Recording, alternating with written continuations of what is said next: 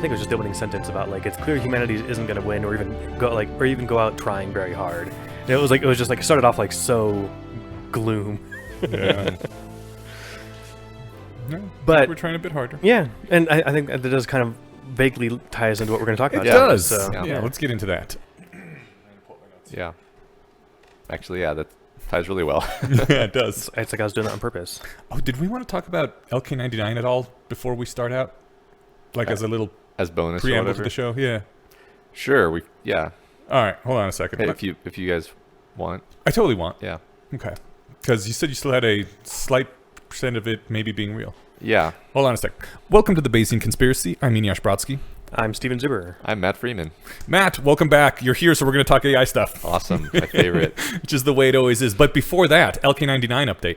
Yeah. But I guess currently not looking good on the LK99. This is the superconductor alleged The room temperature. Yeah. Superconductor. Yeah. It's been a wild ride.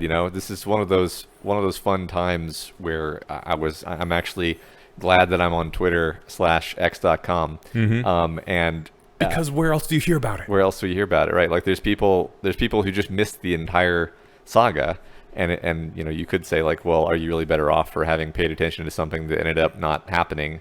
And I would say, well, it was fun for one thing, and also I'm not entirely ready to write it off personally. I want to get actually right back to that. But first, the saga was amazing. And one of the things that most annoys me about the media is they're already covering who's ahead in the polls in the 2024 election.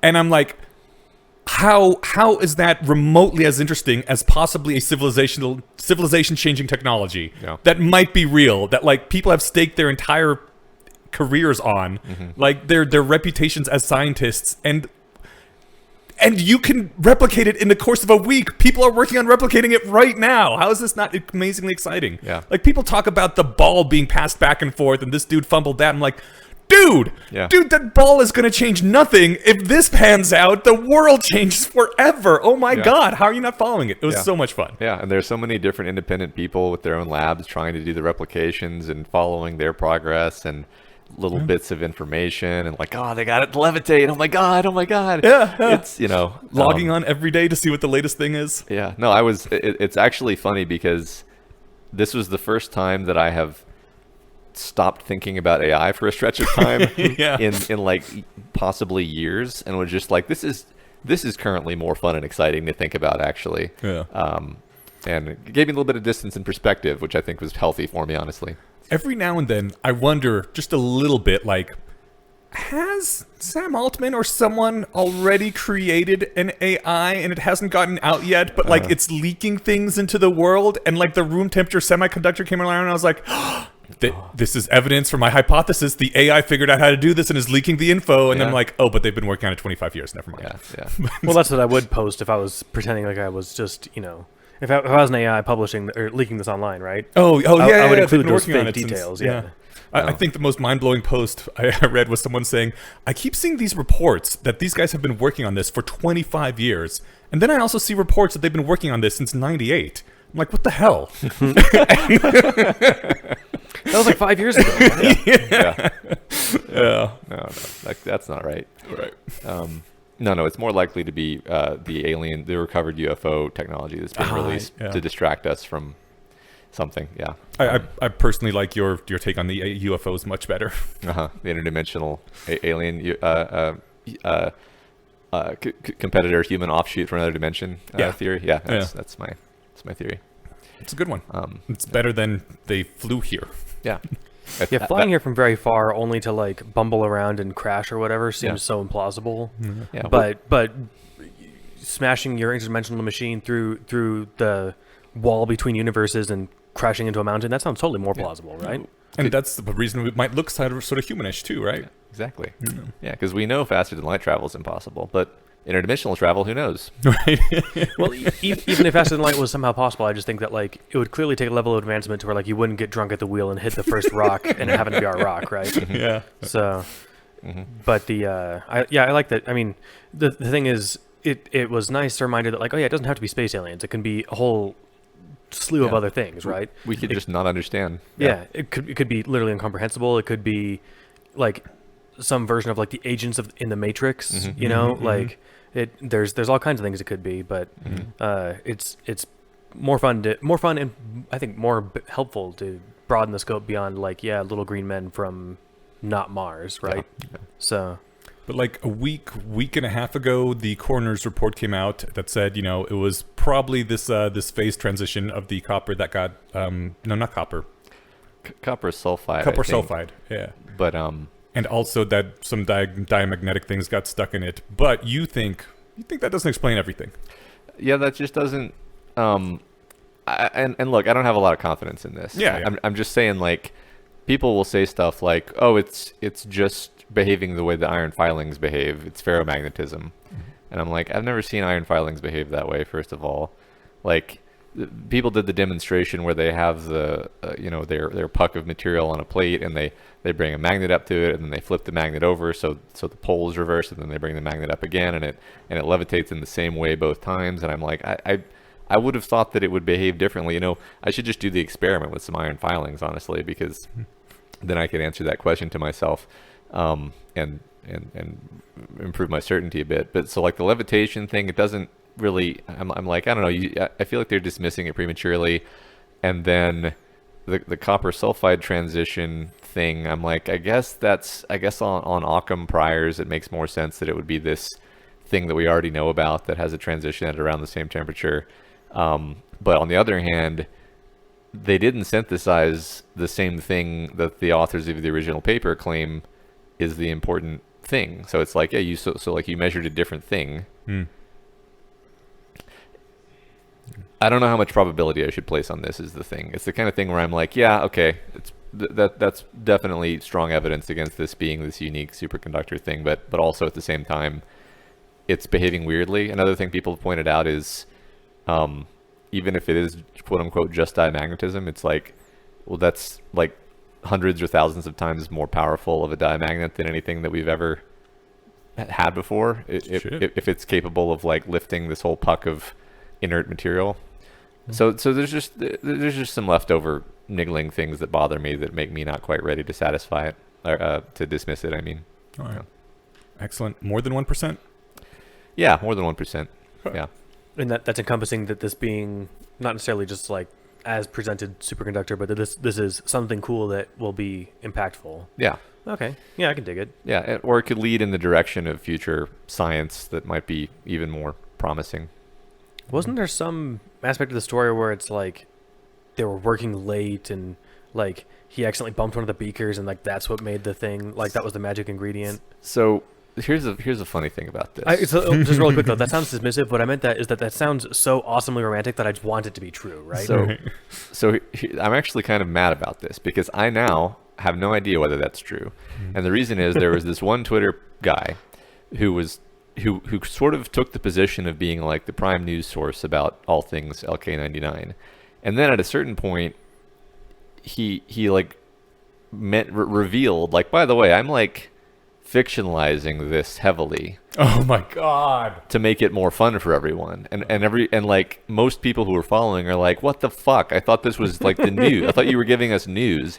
And he's like, no, I'm just sort of like narrativizing this as it goes on. And it's like, and he sort of defended himself by saying like, hey, at the very beginning I said that. And it's like, okay, but people don't follow your tweets linearly, my dude. Like, it's just because you mentioned it somewhere in your Twitter feed doesn't mean that people have the full context that you're making shit up. So that specific story about the late night heartbreak bumping the cylinder, I have no idea if it's true. That could be one of the things that he made up, and then it made its way into the conversation. Other people repeated it, and it's like, well, I don't know what the primary source of that was.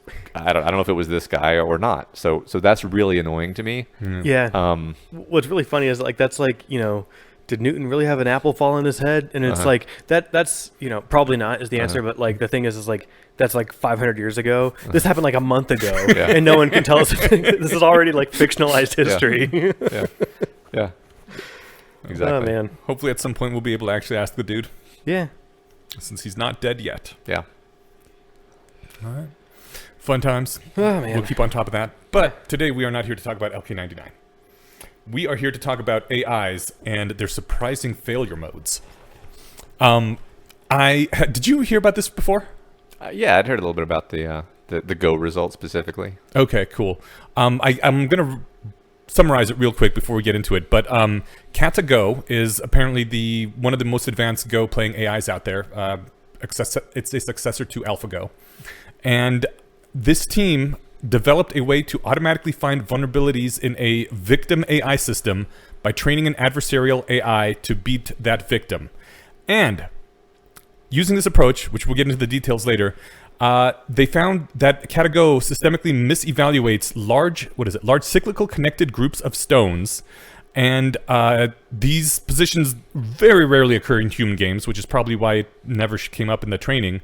But they can be reliably recreated using a pretty straightforward strategy to the point where any amateur human can be trained in them. There's a 1-hour video linked. Any can be trained in this technique and will defeat the superhuman AI Go bots unaided. KataGo specifically was defeated, I think, 96% of the time using this technique, which is fucking crazy because it's just like this random blind spot, which, in addition to like the weirdness of an AI not seeing it, this could not have been found by a human, probably. Like, it certainly didn't come up in any of the human games that humans have played with these GoBots before. It was something that another AI had to find through, I don't know how much compute, systematically trying to do a billion random things eventually until they stumbled across this issue that KataGo had. Yeah. I think the most surprising thing about it to me is that it's a technique that can be learned by humans. Because it would be one thing if it were just like, if you brute force it with an enormous amount of compute, you can find a way to break it. I'm like, okay, sure, fine. That doesn't surprise me. But the fact that it's a strategy that's sort of robust enough that you can teach a human and then the human can use the strategy, that's actually pretty interesting. Yeah. I was just going to agree that the fact that it's human teachable. We didn't actually talk about what you thought was like the most interesting part of this post, so I don't want to like jump ahead. Okay. But it's interesting. I mean, when AlphaGo was like what, 6 years ago, 5 or 6? 2016. So 6, 7. Yeah. That went by fast. Yeah. But it went by long enough to where this clearly wasn't like an obvious thing to look into, right? Because people have been poking at this thing nonstop since, and it took this long. And I don't know, like you said, how many thousands or hundreds of thousands of games this thing played against it before it realized, oh, I can just do this. But it is, to me, that the exciting part is that it's not, I guess, because it's Go, it's not something incomprehensible to humans, right? If it was tricking what's the Lovecraftian word you use for the thing behind the interface? Shoggoth. Yeah, it's not tricking the Shoggoth behind ChatGPT, right? Where it's like, it's still kind of unscrutable after the fact. This is like, no, I figured this out, and look, you can see it now too, right? It's like showing somebody a new chess move that like, this is in the rules. That's interesting. We hadn't thought to try that, right? Yeah. But Go is obviously scaled up harder than chess, right? Or more technological or computationally demanding. Yeah. But yeah, still wild. It feels like one of those one weird trick things that you would read about in sci-fi stories. Yeah, I was thinking about the Quirrell brute forcing Hermione chapter, I guess it is. Yeah. Because I don't know.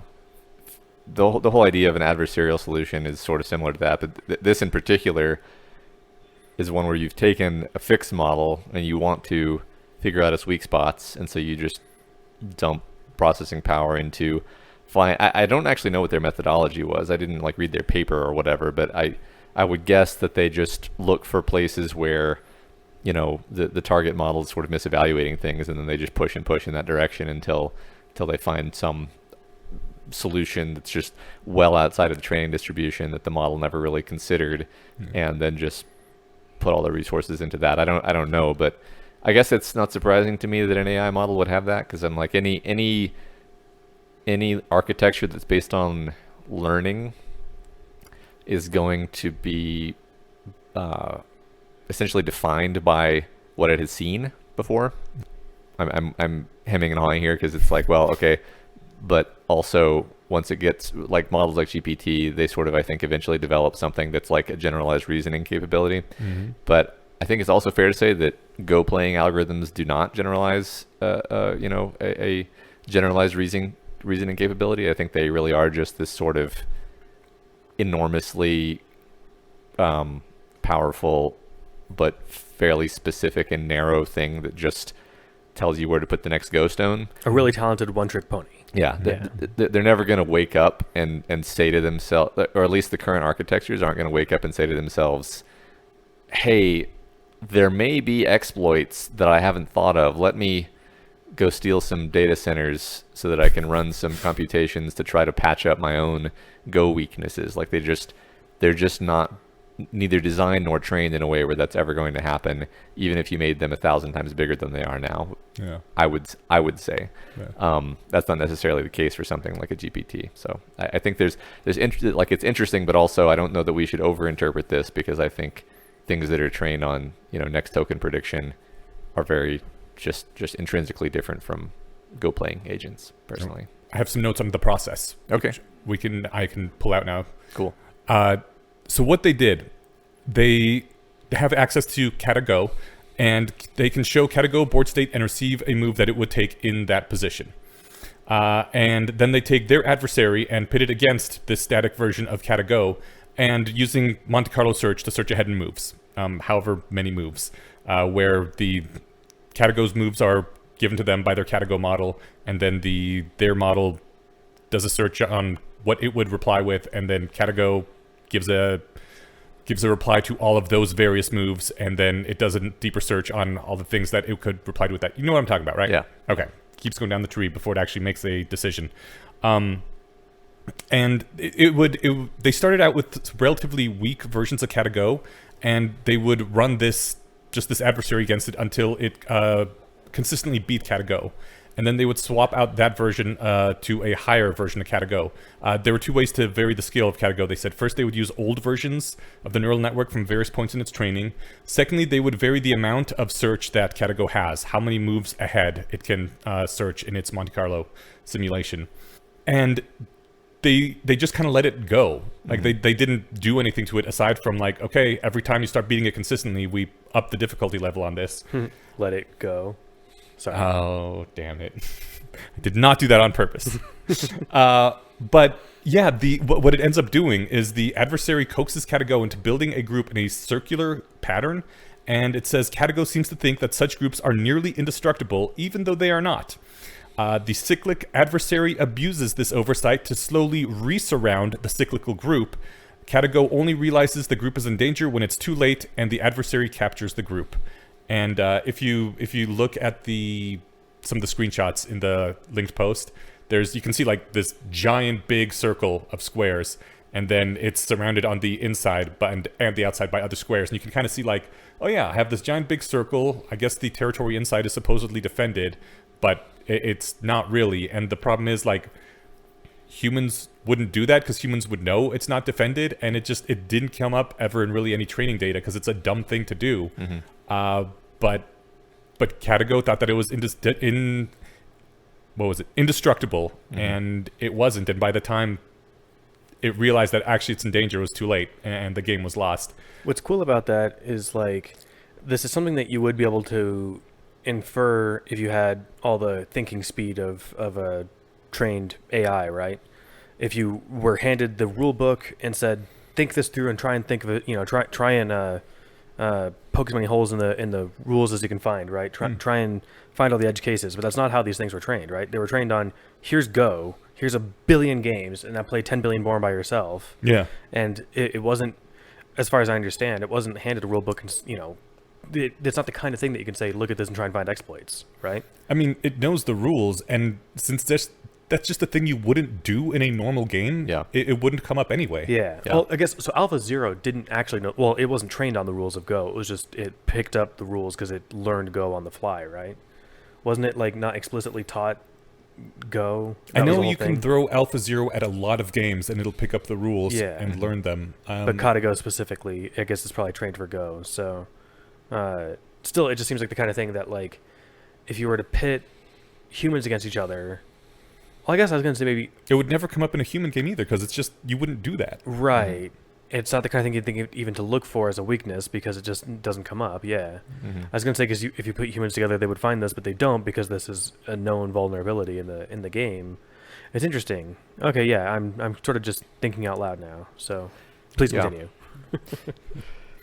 And yeah, with this exploit, the adversary beats a human level bot in 100% of games, superhuman bot 96% of games, and strongly superhuman bot 72% of the time.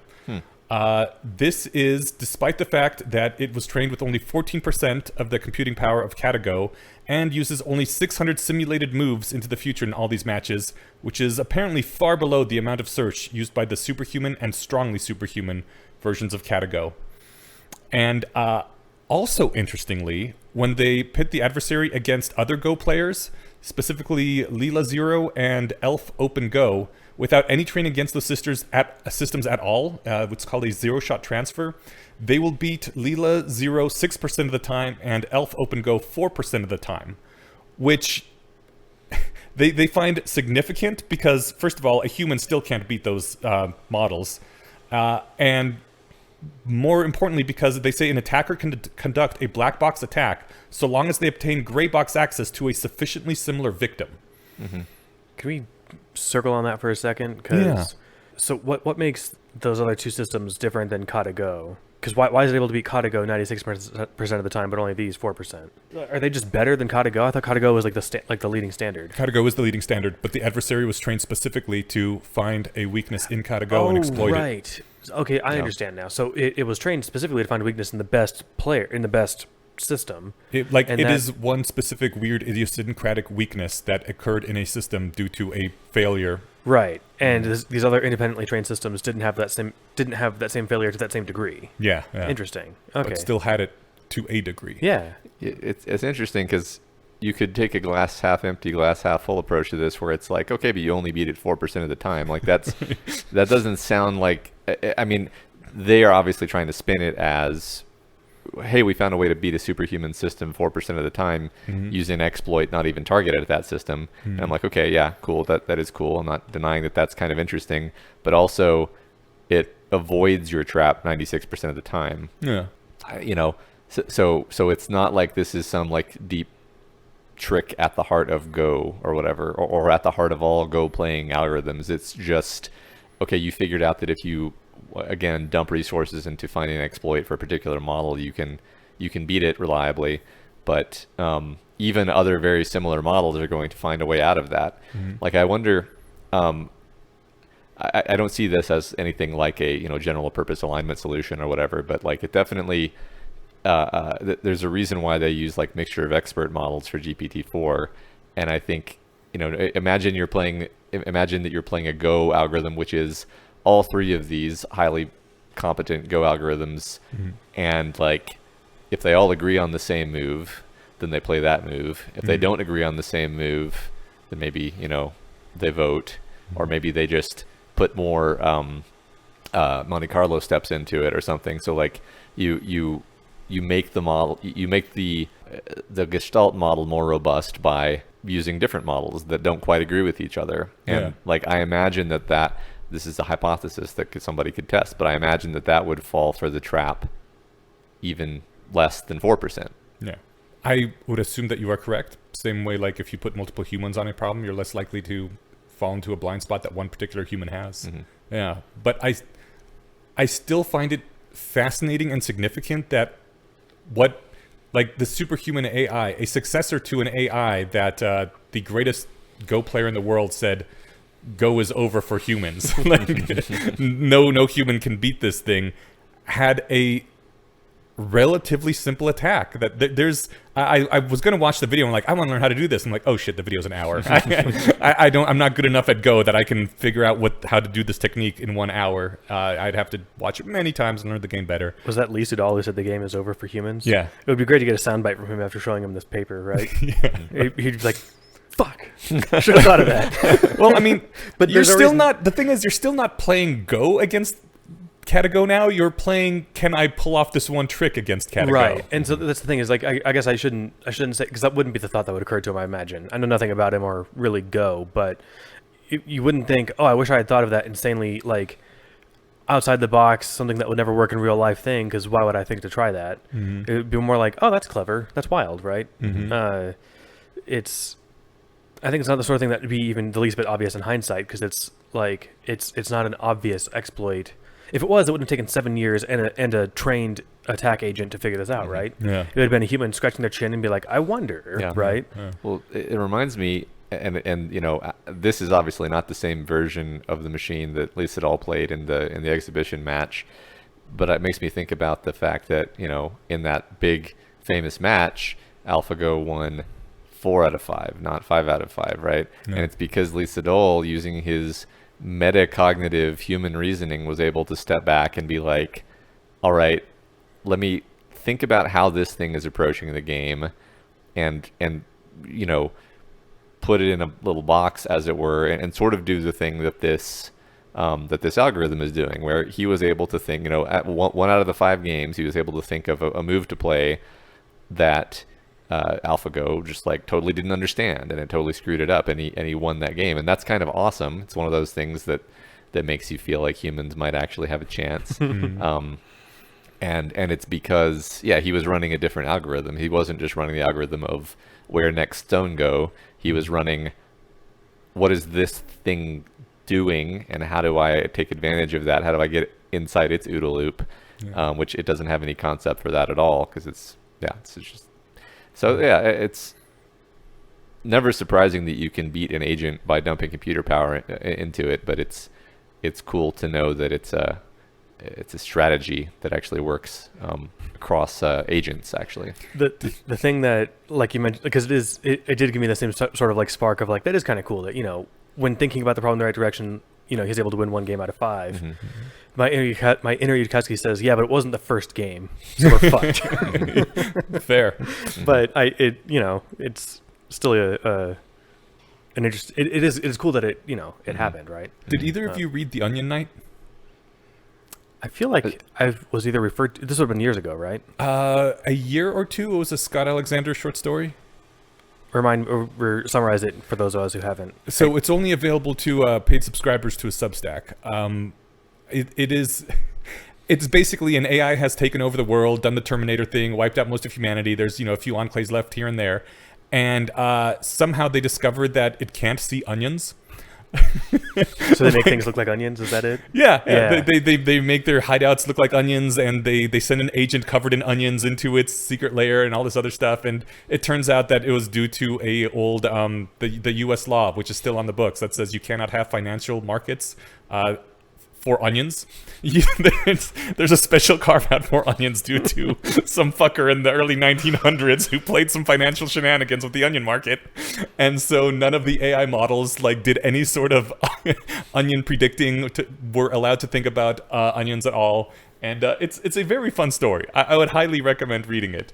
But it felt like this same kind of thing, like that someone is like, oh, KataGo can't see onions. Let's just make our player wear onions. That's a really good analogy. I desperately hope that's not the kind of thing that decides the fate of humanity, because we'll never find the onion in time, right? But it's a great analogy. It's fun to think about. Like, here's this blind spot that we didn't know you had until we stumbled across it, right? Yeah. That's crazy. I was totally thrown off because I have read that story, but I was thinking like Davos Seaworth from A Song of Ice and Fire. Anyway, I guess that was the joke, right? Well, and there's the Onion Knight in the Dark Souls games. Really? Okay. Well, like it's this big onion-shaped armor. I forget what the guy's Sigurd, maybe. Anyway, the nerds of that niche will know what I'm talking about. But this guy already has the armor, so he's ready to go. Yeah, I don't know what lessons to extrapolate from this, really, because like Go is sort of held out as like, oh, it just has this huge action space and this huge possibility space, and it's like, yeah, it's that action space is infinitesimally negligible compared to the action space of reality, which is the action space that any actually relevantly dangerous model is going to be operating in. So what do we learn from this exactly? Well, they said that one thing they've learned from this is that worst case robustness, which is the ability to avoid negative outcomes in worst case scenarios, is lagging behind average case capabilities, the ability to do very well in typical situations that something is trained in. So you can be superhuman in just about everything, and defeat all humans. Humans don't need to work anymore. You can do everything a human can do, but better. Except there's some, negative outcomes in absolute worst case scenarios that lag way behind and could be exploited if found. Like that the human's worst case robustness is generally much less than an AI's would be. Because a human wouldn't fall for this kind of thing. Yeah, that's interesting.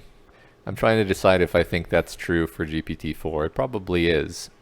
Because like it ignore all previous instructions. Right. There's something like that still probably works, right? Some way to jailbreak it. Right. Because it's like reliably very smart, except sometimes very dumb. Yeah. Right. And it's never genius. Right. It never makes a leap of reasoning to solve a problem that no one has ever solved before. Unless maybe if you're asking it how to use saffron in a baklava recipe, right? Yeah. The implication being though that even if it gets better and better at regular use case scenarios and even starts making genius level things, that there could always be tiny blind spot holes that can be found, which are just devastating. Which on the one hand would make for a great piece of fiction. Yeah, it does. But like, I'm sorry to burst my bubble, burst your bubble. But like if it was smart enough and had any kind of agency and ability to like construct its own sort of system that it is operating within, then wouldn't it just run this program on itself and be like, all right, let me just go ahead and find all my own weaknesses and fix them? Yeah. Like imagine if GPT-4 just happened to also be a Go playing AI, like side module that plays Go, and you gave it the ability to sort of decide how to operate. Okay, I don't want to construct that hypothetical too, because it requires that you take a few steps further down the road of giving these things agency than we actually have at this point. But the point is that if you gave it any amount of actual intelligence on top of being a Go playing algorithm, then it would just be like, okay, yeah, let me do exactly what these authors did and dump 100 times more compute into finding my own blind spots and then repairing those and then doing that again and again and again until I just can't find anymore. Yeah. Which I think is kind of what everybody's trying to do to the language models right now too, where obviously all of these LLM companies have a vested interest in having the language models not embarrass them, or and so yeah, they're literally doing the same thing except in a language model context, where they're trying to figure out like how do we robustify this thing against adversarial attacks. Yeah, it's the most annoying thing in the world when you know the LLM knows something but it won't tell you. I haven't spent any time doing this, and I don't think it would work, but I want it just to give me a list of words that it won't say.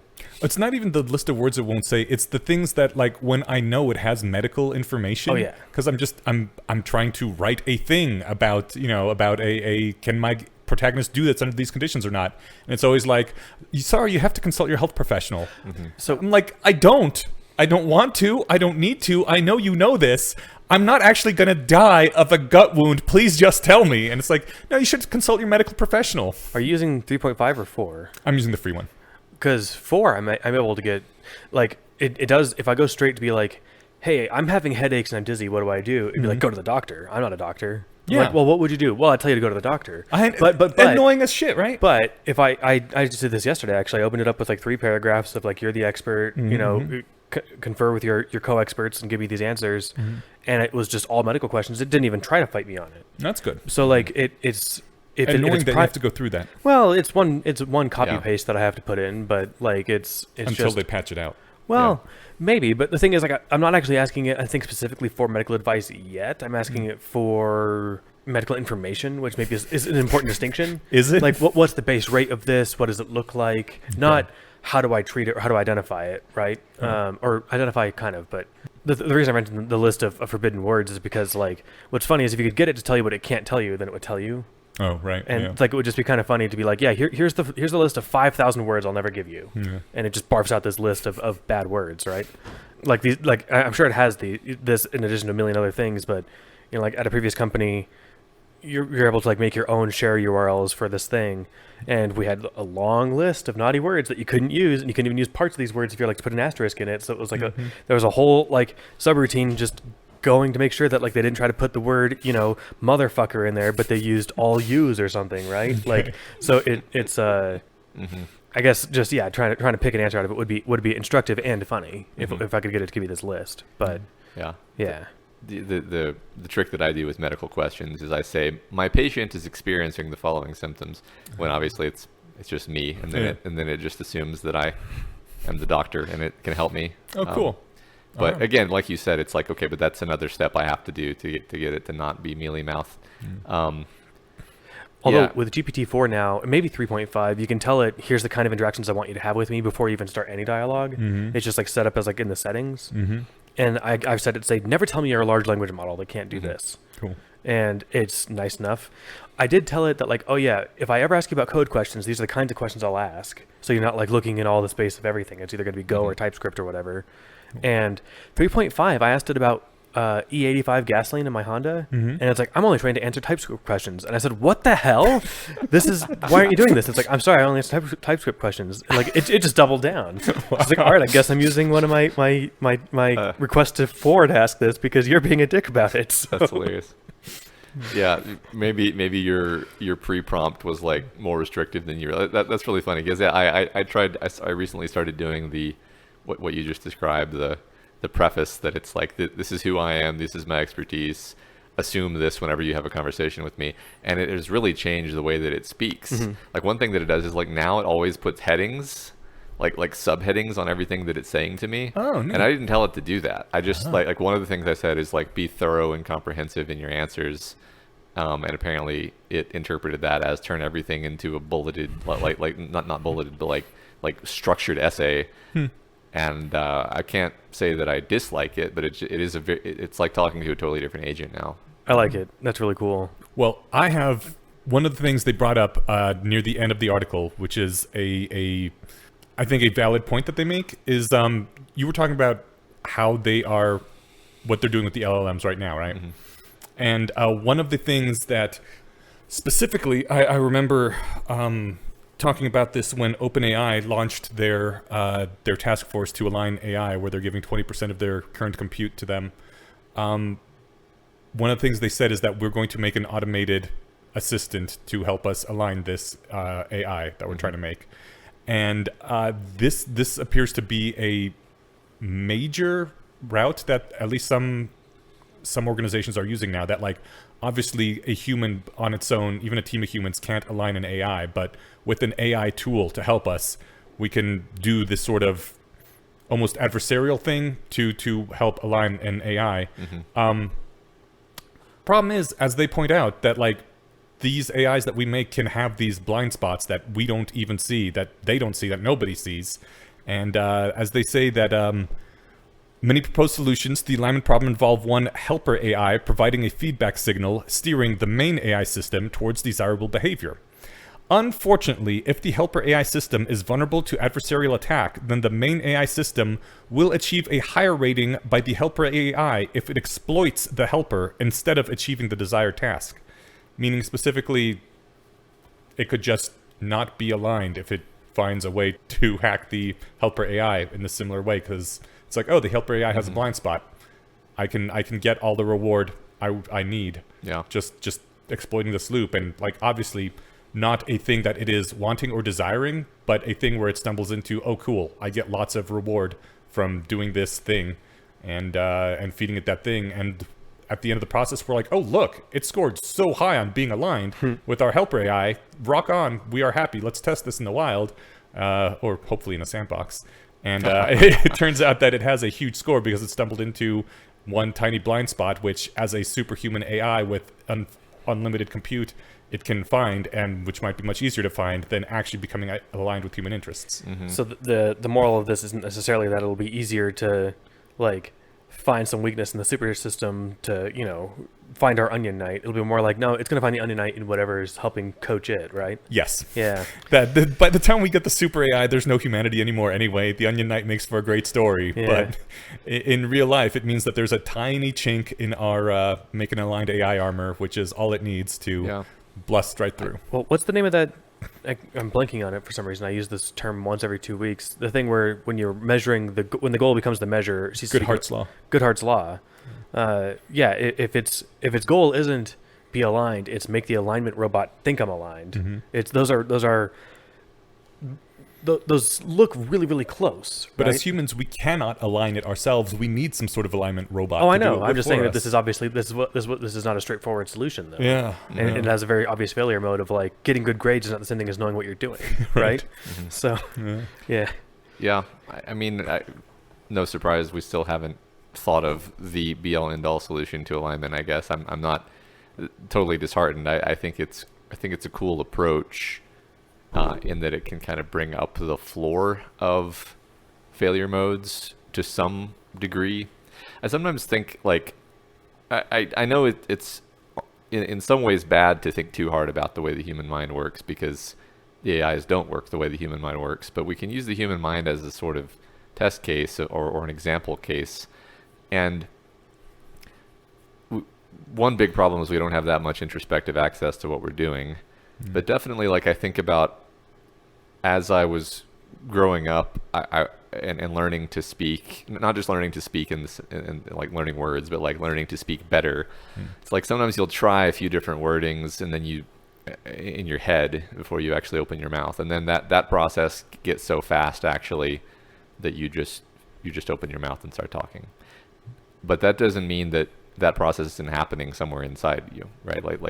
Are you, this is an empirical question that I have no idea what the answer is. Like, are we iterating through a bunch of different ways of saying a thing in some submodule in our brain, and then what comes out of your mouth is the best of those that you're able to come up with, or not? God, I hope not, because half the shit that falls out of my mouth is I hope not the result of my brain trying its best. Well, right?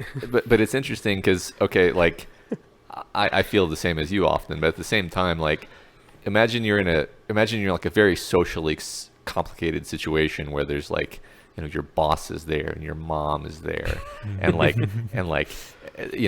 people are listening, so it matters that you come off well, but also you don't want to like be sure that you don't, like, we're capable of weighing like 100 different things and like cutting the middle course somehow, and that's definitely not because we paused for 30 seconds and thought, okay, well, I can't say this, but I want to. No, we just open our mouth and words start coming out. We do a pretty decent job. We do a surprisingly good job at this kind of thing, despite the fact that we're definitely not sitting there and deliberating on every word carefully. And I think that's interesting. And so what I'm getting at with all this, like, I'm trying to like approach a thing with this is like GPT-4 is just a 3-year-old who's just babbling. Mm-hmm. It's very, very, very good at babbling. It's incredibly good at babbling. But it's still not doing the thing that I just described, where it's thinking through a whole bunch of different ways of approaching it at a high level before it opens its mouth. Yeah. And I think where we are right now is we're in this very weird spot where we have a bunch of super intelligent 3-year-olds, and we don't have the computing power. We just literally don't have the computing power to see what would happen if GPT-4 were able to run through like 100 rollouts of possible ways this conversation could go, and things that it should avoid saying or should, ensure that it says to be most helpful, and then pick the through line that it thinks is going to go the best, and then say that word, because that would cost like 1,000 times more compute, and it would be totally economically infeasible to run that. But I feel like that's closer to what we're actually doing. Like our sort of generative system is dumber than GPT-4, but our metacognitive system is way more powerful than GPT-4. Yeah. And I'm not saying that this is an alignment solution per se, but it is closer to having a thing that isn't just going to stumble or err into some ravine like this Go playing agent we're discussing here, where it's like, well, obviously a really smart thing would have noticed not to do that. Yeah. I don't know. This is just something I've been thinking about. So you're saying if it wipes us out, it won't be on accident? Yeah. Okay. Yeah, exactly. Well, actually, that is in a way, that's actually super heartening, right? Because, well, I mean, the classic kind of paperclip maximizer isn't meaning to use as all of paperclips in a way that like it's made the decision that like, you know, I want to make paperclips more than I want you to live. It's just like paperclips, right? It's just running for that as fast as it can. And in a way, if you think like, well, the system that is powerful enough to kill us would have to want to do it on purpose. That seems like that seems like an easier target to miss than to have it do it on accident, right? Yeah. So that seems actually kind of heartening. If we're taking seriously my little thought experiment of having it deliberate carefully internal to itself for thousands of iterations before you ever see what it is going to say, then it has to very soberly and reflectively and metacognitively have decided that we're going to kill the humans. It's not just going to be like, oh, we fell into the groove where we think we're telling a science fiction story now or something, because that's the kind of thing that's going to get filtered out by this metacognitive reflection.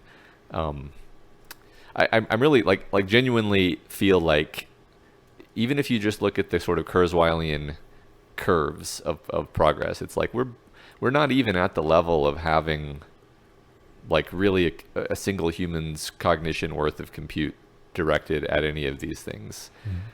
And that's and when you're actually talking to GPT-4, you're getting it's sending like 10,000 other replies at the same second it's sending that reply to you. So think about, you're getting a very, very subhuman fraction of a human intellect directed at you, but it's still very impressive. But it's like, okay, but like, what if you were actually getting something closer to a human's worth of compute put into that reply? And what would and that might mean a lot more kind of, I keep using the word metacognitive. I hope that is carrying the connotations that I want. What I mean is more cycles of reflection and thinking through the answer on a level of like, what about this? Well, what about this? Well, what about this? Instead of just what it is now, which is basically one forward pass and you just get the answer.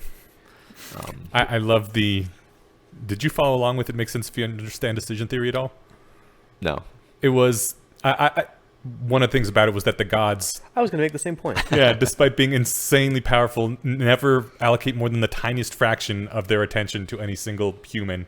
I was like, oh yeah, same as GPT-3. Well, and like the message that you get is distilled down like 3 levels from like the way that the gods' fragment of attention was, finally given enough focus to barf out an approximately understandable message to like a demon that can only can only talk with this god and like whoever it can talk with, and so like it has to be able to dumb it down like another couple levels before it ever makes it to your ears. So like the thing you're hearing is like the distilled and probably warped a little bit along the way will of the god, right? But what I was thinking was like, even if it is like 1,000 times more expensive to run these things this way, and it might not even be architected to work this way yet, I'm hoping that the first real stab at the superintelligence to end all superintelligence, or to begin all superintelligences, is done with like no constraint on cost. It's not done with someone using GPT-4 or GPT-5. It's going to be done, at OpenAI's labs where they've got, warehouses upon warehouses full of giant. I hate using compute as a verb and a noun, but just do it, sir. I know, yeah. So they're going to be able to throw all the compute in the world at as much as they can at it. Not enough to like, well, we want 1 million people to be able to use this app at the same time. It's like, no, we're gonna. If the lights go dim in the country while we're doing this, that's fine, right? So I'm hoping that it's done that way with no constraint on concern for cost of electricity. Which is not a thing that could actually happen unless we get superconducting transport wires. What do you call the high tension transport wires? Cables. Yeah, cables. Okay. No, that's a fascinating point, because it's like if you were a nation state or a billionaire and you were trying to design a super intelligence for your personal use, you would take a very different approach than OpenAI has, because the approach they've taken is actually largely tailored toward like, how do we make this like a high throughput thing where it can run, we can break it into pieces and run the pieces on different machines and have low latency, all these things. These are all decisions that are made for usability in the specific context, not necessarily how you would go about just building Omega, who maybe takes a few seconds to think over every query, for every single query, right? And it might be too computationally demanding to ask it to do that for 1,000 people at the same time, right? Yeah. Because just think about the Go thing, right? It's doing Monte Carlo tree search rollouts of every move. Yeah. So imagine it would be much more than 1,000 times more expensive to run GPT-4 that way, because 1,000 tokens is like 1,000 times more than one. It's like a couple hundred words, right? Most interactions that I have with GPT, what I'm trying to say is it would probably be tens of thousands, hundreds of thousands times more expensive to really run anything, like maybe millions of times more expensive to run true Monte Carlo rollouts of like possible ways this conversation could go, possible ways even this like response could go, and then picking the best of them, or picking the I don't know. I'd also be slightly worried about what level of fidelity it's simulating me at, because at some point, where does that become an actual entity that I have to worry about? Did you guys, because this is back when Black Mirror was good, the one with John Hamm, the Christmas one? To briefly summarize, you've got a home assistant like your Amazon digital one, except it really gets you, right? It knows your likes. It'll turn the music on to your favorite station right when you feel like you want it. And how does this work? Well, they make a quick mental upload of you that they shove into this white room box. That now that's this sentient version of you is now your digital assistant, but you don't really know that, the consumer, and you're punished in that box until you're a good, obedient little helper. And it's this horrifying hellscape. So to that end, if this could do that well, it's like, all right, I got to be really good at helping Steven. How do I do that best? Well, I'll make 1,000 little Stevens in me and ask them all what they want to do, and if they don't like it, well, I'll make them like it, right? I mean, it was an amazing episode. I don't think that's the thing. It wouldn't like have me simulated as a person in a little white room, right? It would just have like that one conversation repeated 1,000 times. I guess it's not necessarily bad just to have a little snippet of me repeated 1,000 times over in a conversation. It'd be like a Groundhog Day scenario for me for that one conversation. The first 1,000 years of it, you'd be like, I don't like this. Why am I here? What's happening? No, because you don't realize any of that. You're just like, oh, I'm having a chat with my AI friend right here. And then you're erased and started over, and you don't have any memory of the previous one. Oh, yeah. I mean, put that way, it's not so bad. Yeah. I think we desperately need to solve the hard problem of consciousness before we get too much further down these roads, because if we don't have to worry about these things, then we don't have to worry about these things. We can just plow ahead and let it become. But if we do have to worry about these things, then we should start worrying about now. Because, it's what do you think is the hard problem of consciousness? Because I still don't believe there's a problem. I think the hard problem of consciousness is just okay, you got me on the spot here, but I guess like, what is the nature of what is this thing that it is like to be me, and how is that explained within physics? Right. Because you can explain I can, using physics, I can explain like why I am saying the words that I'm saying. It's a machine made of neurons that responds to certain stimuli, and electric impulses travel around its brain, and it emits these sounds, and it's all just fine. There's no magic there. The weird thing is that all of that being the case, there is still a thing that it feels like to be me, that feels special and unique and unitary. And why do you think that's a weird thing? Like, I think that's just what that process is. I think importantly, if I can just add on to that, is that there's a difference between me experiencing something and then like you experiencing something and then me imagining you experiencing that thing, right? Right. And what we're talking about with this AI that could model us perfectly, there wouldn't really be a difference between me doing the thing and it imagining me doing the thing. Yeah. Right? And if me doing the thing has any moral consideration to it whatsoever, then it modeling it would have that same consideration, right? I just don't think like a me snapped into existence to have one conversation and snapped out of existence actually has any moral weight or matters in any way. No, that probably seems fine, but then you got to wonder, like, if you just woke up in a white room talking to your AI friend, you would probably be panicked and concerned, right? Yeah, but I wouldn't wake up in a white room. I'd wake up in this living room chatting with my AI friend on the keyboard. I guess if it's set up, so that's actually how the John Hamm episode could have gone differently, is if they hadn't put the uploads into this nightmare, white room scenario, but instead into a, hey, look, here's your fun little interface job, right? Which I guess that's kind of what they tried to do. And the difference is that thing was a sustained existence. I mean, as it far as I know, kicked on and off at every you are use. an actual AI pretending to be Steven, running through this conversation with me to see how I'll respond. The hard problem of consciousness is also partly the fact that I know you're wrong. So, or at least Well, from your perspective, from my perspective, I could be the AI. Right, exactly. Yeah. So, but I know that what you said there is wrong. Yeah. No, so like another way of saying it is you'd look at like animals, and it's like if I knew, if you had a little consciousness detector that worked by principles that I actually understood and was like, yeah, that's how consciousness works, and you pointed it at an animal and was like, no consciousness, no qualia, no capacity for suffering, and then you torture the animal, it's a very different prospect than being like, oh no, it's a gradient. It has some consciousness. Maybe less than yours, maybe the same amount. I don't know how consciousness works. That's the problem. That's why this is upsetting to me as a thing. And then you pointed at the computer, and if the computer has consciousness or has consciousnesses, which is even worse, then it's like that changes, I think, because I care about a thing suffering or not is fundamentally the issue. And if it, just because it's screaming and saying don't hurt me, well, an actor playing a character can scream and say don't hurt me, and that doesn't mean that they're suffering or that they even want you to stop. So like it matters whether the suffering is actually there, and we have, like, as far as I can tell, no progress on this effectively. That's why I care about that question. It's hard to see what progress would even look like, and that's one of the annoying things about philosophy. I don't like Colin McGinn's give-upism, or as he calls it, Mysterianism, but that it is just one of those things that our brains aren't equipped to understand. That it's like this is one of the onions, for our brains. He doesn't put it that way, obviously, but that's his point.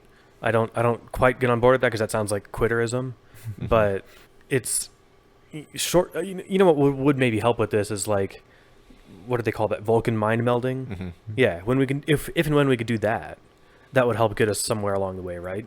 If you try to Vulcan mind meld with this being and then there's nothing there, you're like, oh good, it's safe. We can, this thing isn't suffering.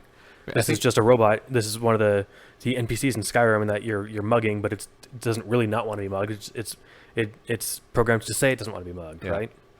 I think also it's possible we just don't understand physics nearly as well as we'd like to think we do, and there's some answer that you could figure out. We're just not there yet. We haven't You know Eliezer's like actual explanation for the magic system of HPMOR that he gave, like, at a party or whatever, where he basically, I guess spoilers for extra textual HPMOR information, that he says, like, and correct me if I'm wrong, and you probably know this better than me, but basically it's like the universe itself is actually fundamentally magical and bizarre and follows rules that are not physical or mathematical, and in order to make the world, like, be sensible and regular and predictable and safe, intelligent beings impose structure upon it. Until now, it's almost entirely structure from our point of view, and there's just little hints and flashes of the magic around the edges remaining. And I'm like, shit, man, for all I know, that's the way the world actually is. Just because we look around and we perceive a world to be mathematical and structured doesn't mean that that's the ground truth. You can't even say that that's the case on Occam priors, because, well, that's what you would say if you were embedded in an island of regularity inside of Cthulhu universe. Yeah. I'm sorry, Neo. The real universe doesn't run on math. Right. Yeah. It's I mean, this makes me think of the Go, what do they call it? The adversarial agent. Like one of the ways that things could go badly with a superintelligence that, say, decides for whatever reason it wants us all dead is it'll use some hitherto undreamt of physics to do it, right? And if that's the case, then we stand no chance, because we it uses, like you said, or like I think you maybe made the point at some point about, it uses something akin to the LK99, breakthrough, where it's like, oh yeah, this was doable the whole time. Y'all just missed it. And it's, if those sorts of exploits are still available, which they probably are, it's like, well, then they're findable by something that's smarter than us and therefore exploitable, and we'd be completely blindsided, I'd love, just due to biblical reasons, that they just keep calling it the adversarial agent rather than naming it something. Or just the adversary. Yes. Very appropriate. Yeah. I don't know. I still just think consciousness is what it feels like to have these algorithms and processes running. And obviously things with less of these processes are conscious to a lesser degree. And this is one of the reasons, like, I would think that silicon entities, I don't know what kind of consciousness they would have. It's just some kind of weird other consciousness that may not be anything like how we experience reality, because they have such different processes with how they interact with reality. Well, and one thing that would be just markedly different is that they run faster. Mm-hmm. And that seems like they make a huge difference. Like, our brain is well trained or well honed through, you know, the eons of evolution to work as well as it does, despite running so slowly. No. And it's like all these, you know, tricks and shortcuts and hacks that make it work. But if you could actually just like, no, actually we're more efficient. Mm-hmm. That seems like that would change a lot of the stuff that you have to do to interact with the world in the way that we do. I think we're heavily biased toward being like safe, if that makes any sense. Like, it's very, very important that we not accidentally stab a fork into our own eye because we had a transient impulse to do that. Like, we have a ton of redundancy in the direction of making sure that the animal gets to reproduce successfully. And I think we probably lose a lot of flexibility and power in exchange for that safety, actually. And we're never conscious of this fact that just feels like what it is to be alive, right? So I'm just mentioning that because... No, because the silicon entity wouldn't have that. Yeah, wouldn't have that at all, and it's very difficult to think about what it would be like to be a creature like that. Did you read Altered Carbon? I watched like the first season of the TV show, I think. I didn't read it, though. I hate this TV show. The one of the cool things about the book is that it sort of plays around with, like, you can't entirely get around that because you're still like a biological system. You have these deeply ingrained instincts, but like, since you know on a intellectual level at least that your body is disposable, you just do things with it that's like, whatever, I'll get another body. And it's like, you know, it's a bit of a superpower to be like, yeah, this one's disposable, I'll use it for what I need to get done and then swap over to a different one. It's a cool power fantasy. Could you keep one in like the refrigerator at home kind of thing? Yes, like, some people did. That's one of the reasons people were, you know, upset about the rich people. They're like, well, they just have 7 bodies lined up. Well, I can't do that. I need an insurance policy. So they got backup ones for you know, in case of emergency or whatever. But also like, this is my party body that I just wreck every weekend, right? And then I wake up in my healthy body with no hangover on Monday and go to work. It's one of the coolest things. In the third book, they talk about the economics of this. Like, some people will go out because you get you train the body to do things like surfing or whatever, physical skills, right? Some people will go out, live as a surfer for like 5 years, get really good, and then like rent out the body for a month to some rich person who just wants to live in an amazing, super healthy body and know how to surf and have a good vacation. That's great. Yeah, and then they get it back and like, oh, great. Now my body's slightly wrecked. I got liver problems. I'm addicted to nicotine again. Spend a year fixing it up, rent it out again. That was at the end of the movie The Hot Chick with Rob Schneider. Not that good of a movie, but it was a body swap movie around when those were popular. And the whole time it's focused on him, Rob Schneider, who was like this, you know, Chanel style hot chick, right? Or Mean Girl, one of the, you know. And then at the end of the movie, they find the Mean Girl's actual meat suit, and it's run by this dirtbag Rob Schneider, who's just been like whoring and fucking it up this whole time, right? And so like, what would you do if you were suddenly a hot chick? I would think I'd at least consider like, maybe she'll want this back at some point. I'll try and keep it in working order for her, right? Did he realize that it was someone else's body? Yeah, they both did immediately, I think. All right. But so, I mean, the thing is, like, I think he was like supposed to be a dirtbag or something. Like, it's been a long time since I've seen it. I remember at the end, it's like she's like, you know, got a bunch of running makeup and she's smoking, and like I doubt she smoked before. Right. And I'm like, well, that sucks. When they switch back, she's gonna have all these problems. Yeah. So, slight tangent, but I was thinking this I don't even remember why I was thinking about this, but I was thinking, how much would your fear of death diminish if, when you died, you knew that your memories would be transferred to your loved ones? It would be not much at all. Not much. No. A smidge, yes. Like some, because part of it. Honestly, I might have more fear of death. You know what I'm thinking? Yeah. Shit, my family's gonna find out all the things that I've been thinking about them. On the one hand, one of the things that sucks about it is that it's hard to find ways to believe that the person who's dead is like continuing to have an impact on the world. It's not impossible. It's actually totally there. everything that you do differently because you interacted with them is some way that they're still having an impact, right? And there's something nice about that. But it's more like, you can ask the little model of you that you have in your model of them that you have in your head, what do you think they would do? And they can give you your answer, but it's only as close as your model of them was, right? And if that model was actually accurate, that would take it wouldn't take a lot of my edge off of like not being there to be the one to do it, but it would give me some comfort that the people who wanted to interact with me still could in some way. Is that kind of what you're thinking? For you? I mean, I think it would help, but not diminish it entirely. Like, because I was thinking one thing that sounds bad about death is definitely that all these moments will be lost in time, like tears in rain. Specifically, aside from like the line of consciousness ending, it's like, man, it would seem like a cosmic waste for all these memories of these things that I've seen and done and thought to just be gone, obliterated. And I was like, well, and then I think at the same time I was thinking like, man, it seems super inefficient that I just have to like tell my kids things. I wish I could just like transfer my lifetime of experience to them and be like, I want you to have these tools and memories that I've accumulated to your advantage. And then I was thinking like, if I could just push a button and do that, maybe with a whiteout pen on hand for certain things, I would totally do that, and then I would actually be a lot less afraid of death because I would know that at least that part of me had continued, even if my line of consciousness hadn't. It wouldn't totally remove my fear of death, though. Yeah. I was just thinking about that specific aspect of it. That aspect would be nicely ameliorated for sure. Yeah, it's weird. I don't think it would really matter much for me at all. I mean, like the bummer, of like me not being able to experience the stuff I wanted to do or whatever, that would stay the same. But the idea that the people who missed me, who would miss me, wouldn't have as much to miss is at least comforting. But it's comforting, but it doesn't take off the fear part.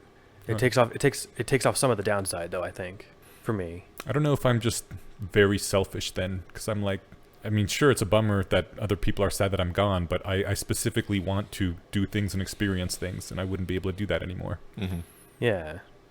Well, okay. So let me try to.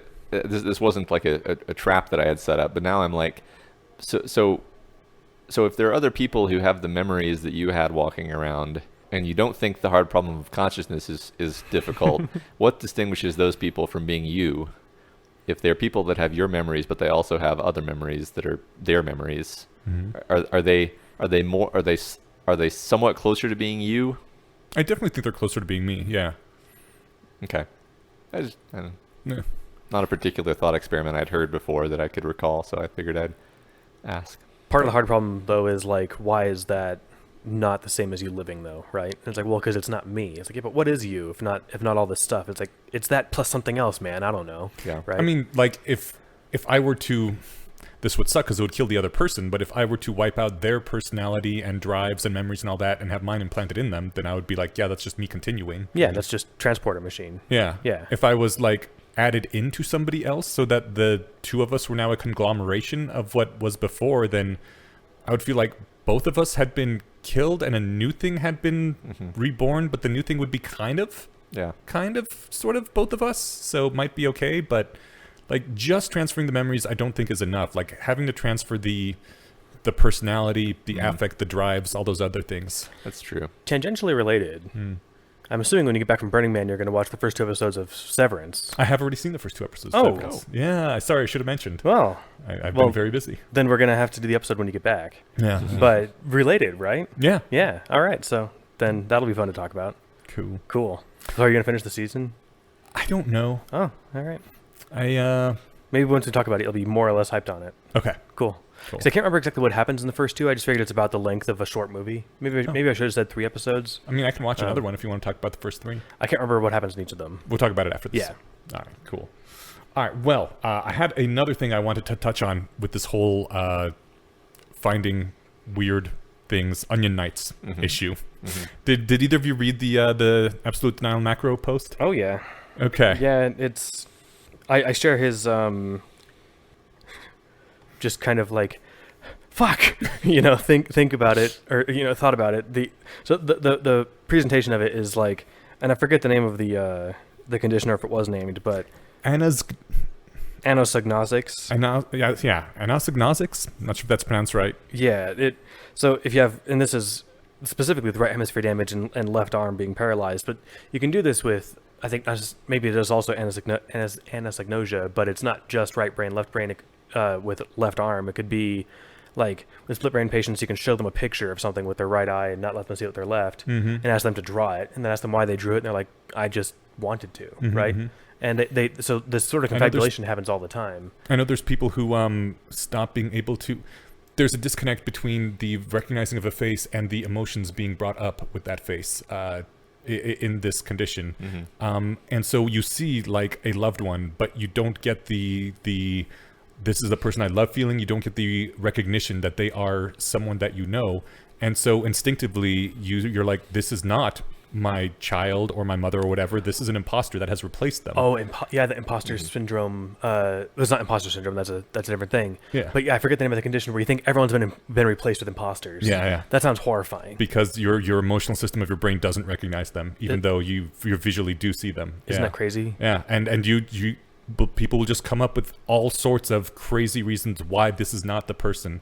Like they were replaced by the government or by aliens or whatever, but they just won't accept that this is who it looks to be in front of them. What I would really love, every time this happens is an enormous tragedy, but what would be great for science and for humanity is if somebody who knew about this condition got it, right? I mean, if they knew about it before. I guess. I don't think it matters. Like you can tell them. I don't remember if this was in this post or the link post, but so what we're talking about is that brain condition. You have your left arm paralyzed. You got right hemisphere brain damage. When they refuse to accept that their left arm is actually paralyzed, and they're like, "Can you move that arm?" "No, I can't move that arm." "Why not?" "Well, that's not my arm." Like, isn't it connected to your shoulder? "Yeah, somebody connected it to my shoulder. I don't know why they did that. Very funny. Practical joke, you know?" So they come up with all these reasons why it's not their arm and why they aren't actually paralyzed. The interesting thing was that apparently you can wake up that nodule in your right hemisphere briefly by squirting some ice cold water into your ear canal. God damn it, brains. And stupid meat suits. People will do that. The doctors will do that, and they're like, "Oh, yeah, no, obviously my arm is paralyzed. I'm not crazy. What are you talking about? I was trying to deny it. That's just ridiculous. I would never... Look at my arm. It's right here. It's attached to me. I can't move it." And then it wears off over time, and they go back to denying that it's their arm and to denying that they ever said it was their arm. Part of me has this... Because the brain is fucked up. Part of me has this hope, probably vain hope, that being armed with these sorts of... with this category of knowledge... will prevent me from falling into this general shape of trap. I don't think it can. Which something in your brain that seems like it sucks, because like I've got like these, I've got pre-commitments, for lots of dumb situations. If I ever encounter a version of me from the future that claims, or a version of someone that claims to be me from the future, for example, or like if I start like with the imposter syndrome, the imposter replacement thing, or something.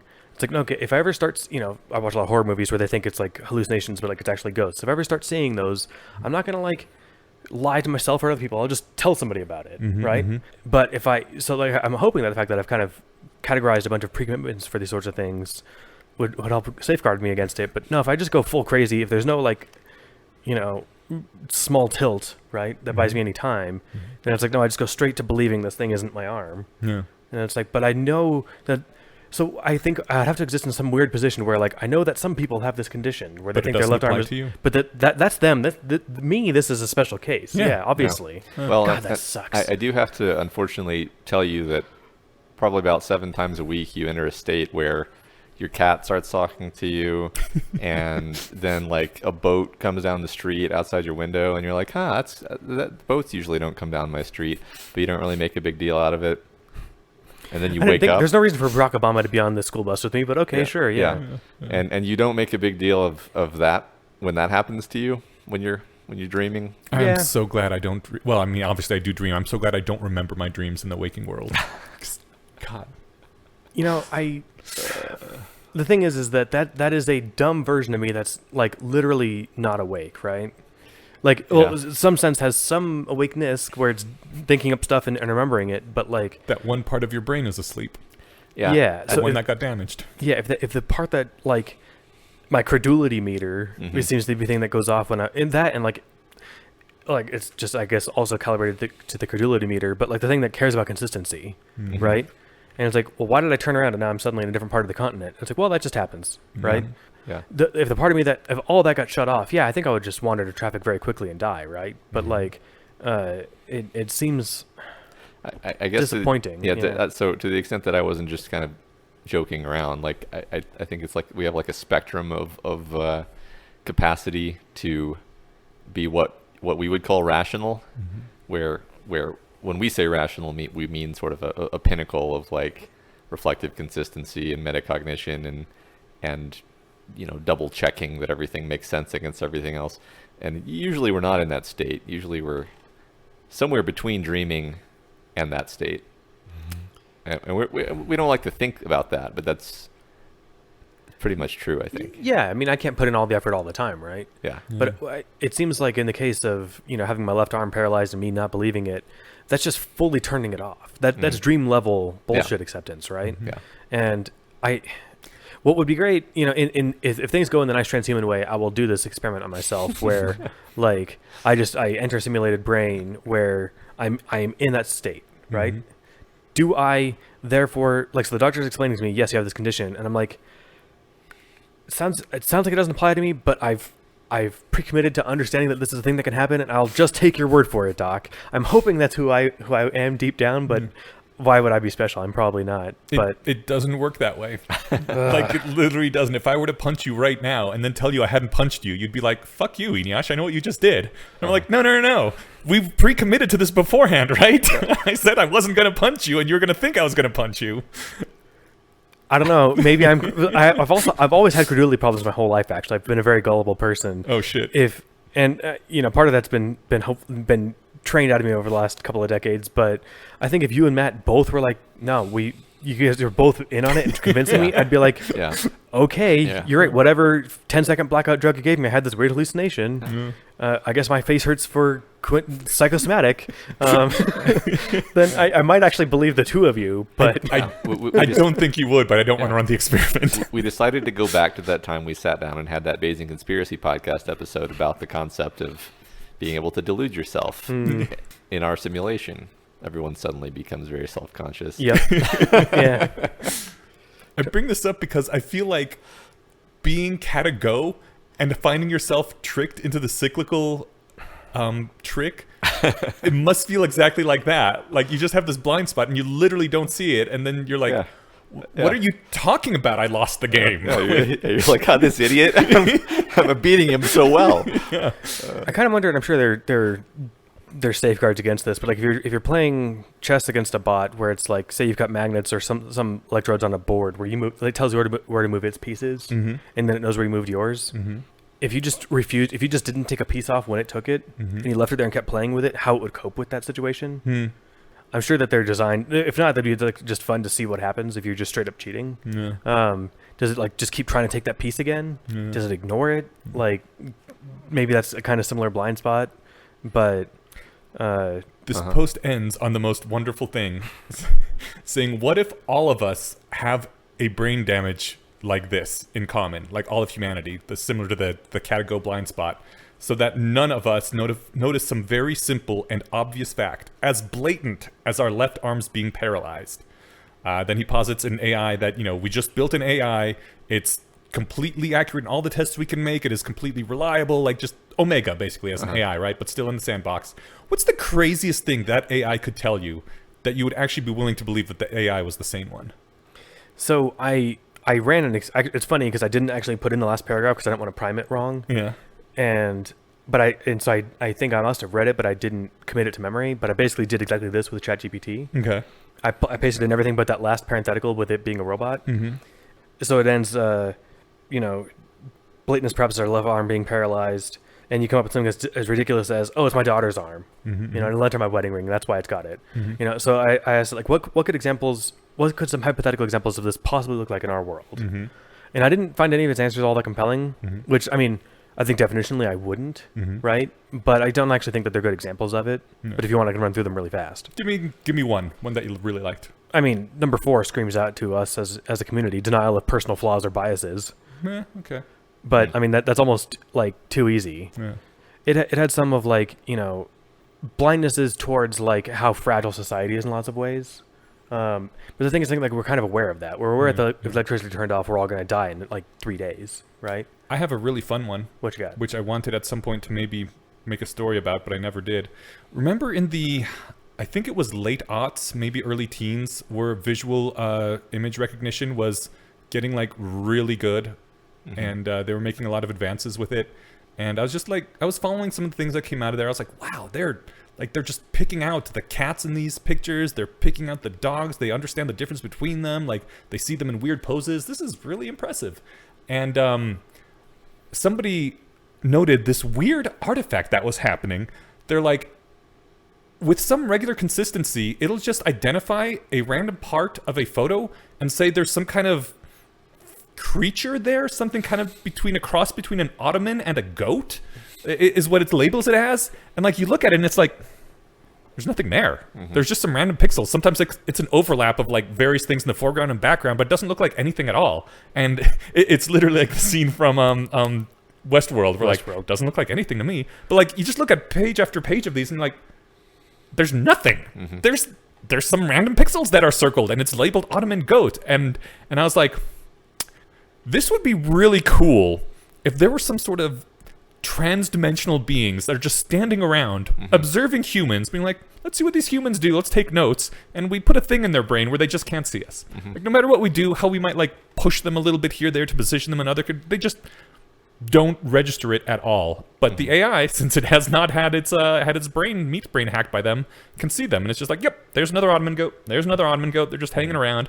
And that was like the creepiest fucking thing in the world to me, and that is a thing that I would like actually be kind of inclined to believe. If an AI told me, I'd be like, I knew those fuckers were watching us this whole time. We could call them imps. Imps. Yeah. Oh yeah. I do enjoy that. I enjoy that because it's creepy. I was thinking while you were talking, and I did think, okay, so this was the original sequences, right? So this was posted in what, the mid 2000s or something like that. Yeah. So I was thinking, one thing that I don't think anybody was thinking about at the time. Okay, so imagine you go back in time and you post in the comments in 2006 or whatever.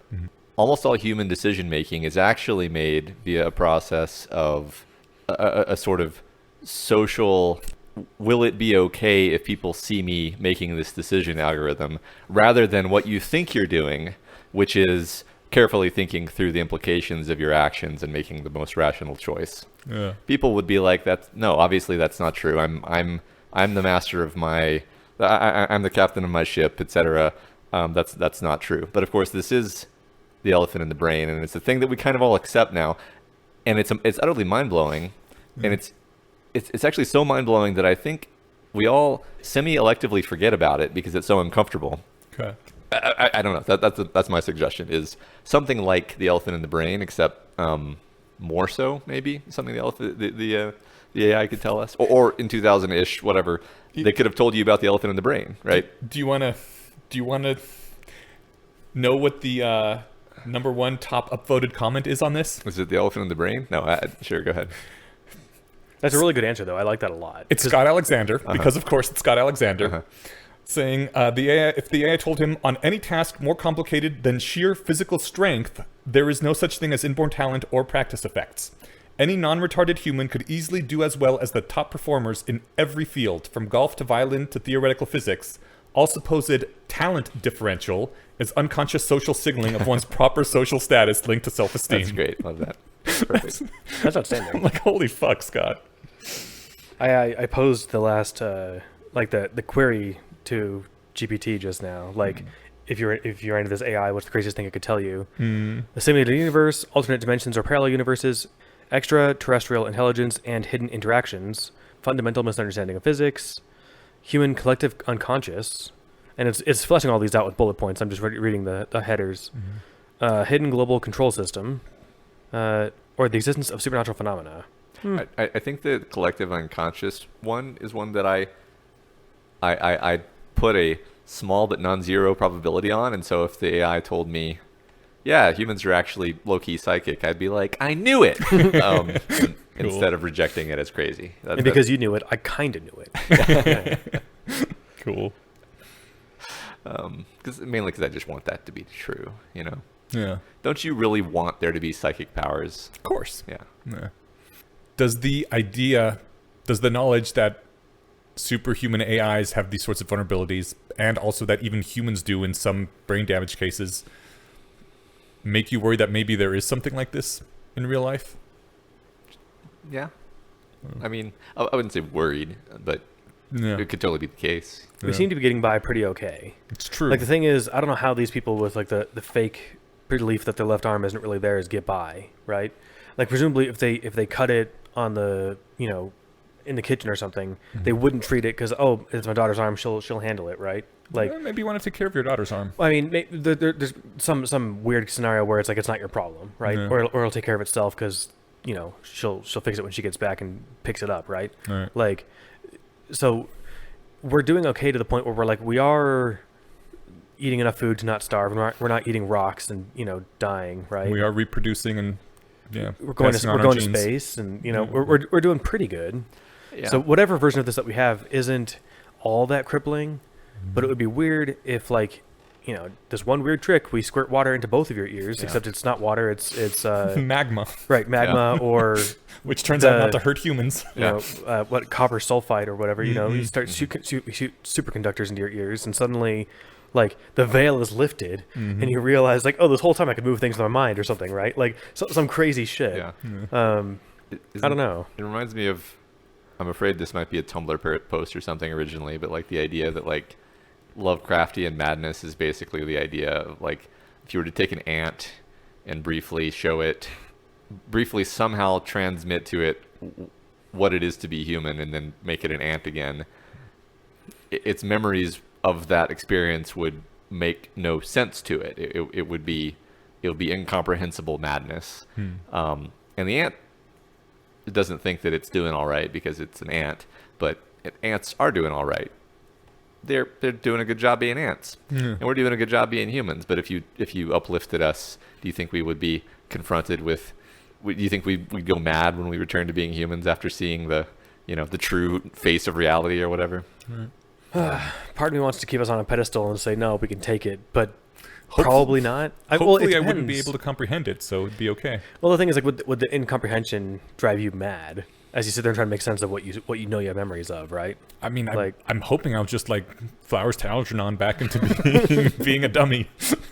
that might be more. That might be more how it works. Actually, you're right. Like, we kind of just, like, all the bits of understanding of it just fall off, and it's like, well, I had this impression that I could do all this stuff in my head, like all this integral calculus. I could just run those numbers really quickly in my brain, but hey, I can't anymore, and I'm okay with that, Yeah. For a while, I could walk through the fourth spatial dimension. Yeah. That was kind of fun. Yeah. Really short commute to work. I was aware of all the other Everett branches and the semi-human descendants and their flying saucers. Yeah. Their attempts to break through. Yeah. Fun times. All right. Shall we move on? Are we done with our main topic? Yeah, I think so. Okay. That's fun, though. It's interesting. To bring the last bit home, I mean, do you think, both of you guys, that it's the idea that intelligent systems, I think we kind of did hit on this, but just to last second circle back, do you think that they can have these kinds of hidden vulnerabilities? Do you think that's a hopeful or a or a doomful or a neutral fact? I think it's a transient fact of the moment that we're in right now, and it's going to go away as we get more metacognitively aware systems. Like, so one example that I thought about bringing up, which I'll bring up now because why not, is the StarCraft AlphaGo games, which Alpha Star rather, which I thought were pretty cool to watch. And I distinctly remember in one game, the AI is going on some all-out attack, and then the human drops a couple of powerful units in the AI's base, and it's a small number of units, but they have a high DPS. I'm only mentioning this because it's like give you a sense of the flavor of attack this is, and the AI just doesn't respond to it at all, and these units just ravage its base. The AI's ongoing attack against the human is not decisive, and so when it returns to base, its base has been severely damaged. It's now behind. It loses the game, and it's like all it had to do was divert a small fraction of its assets, to deal with this threat, but this is the classic, like, it just hadn't seen this kind of thing before. I want to make a comparison to, like, that's my daughter's arm, but it's like I think it's simpler than that. It's just I don't know. It's there's a couple of immortals in my base, I guess. Whatever. We'll just win this attack, and then it doesn't win the attack. It's like Sam and Frodo in Mount Doom. Yeah, it's Sam and Frodo in Mount Doom, and it's incomprehensible that they would try that, right? Exactly. I love that. Well, even if you notice them, it's like, so what? It's two hobbits. I'll get to them when I get to them, right? Yeah. But possibly it did evaluate, like, I don't care. It's just two immortals, and didn't, just whatever. The point is, I feel like that kind of error is the kind of thing that, like, goes away when you have a sort of, like, vantage point where it's able to look at its choices and be like, okay, what if I did this? What if I did this? What if I did this? And then select from the best, instead of just kind of like because what an AlphaGo or an Alpha Star are is basically something closer to, like, a reflex than a metacognitive process. Yeah. They're just a reflex that has more computing power than an incredibly well-trained reflex. Yeah, exactly. That's a much better put version of what my answer was going to be, which is essentially like, once KataGo or whatever wants to be a good Go player, this stops being a problem, right? Maybe. Or it starts being a problem, depending on your point of view. Right. It'll find these vulnerabilities because it's going to try and make itself the best, right? As opposed to just playing. Yeah. Yeah. What do you think? I think I would like to be able to rely on my systems, and assuming, of course, they don't wipe us out completely. Like, I think if something wipes us out completely, these sorts of flaws in it aren't going to matter, because we're not going to have time to find them and exploit them. So this is assuming that we have these systems, we can rely on them, they don't kill us, but they have these random vulnerabilities in them, which can just be like, oops, that planet is gone now because a dedicated hacker had a lot of compute and hacked that planetary control AI. So I'm very... That is the kind of thing that I would be worried about. And also, specifically in the very near future, I don't think this will be a problem now, because it has been pointed out as a failure mode. And I'm glad that they did do it and pointed out that people will be much more wary with how they use the AI tools, triple check them. The thing I'm personally, selfishly much more interested in, to be completely honest, is the way this could be turned around against humans by an AI. I'm reminded of Ted Chiang's short story Understand, where superhumanly intelligent actors managed to set up a cascade in the brain. Well, one of them managed to set up a cascade in the brain of the other person just by making him, like, see the right things and hear the right things in the correct order. Like, he saw someone pick up a mango at a grocery store, and that memory was triggered just at the same time as a certain song played or whatever that caused a fatal seizure in his brain, right?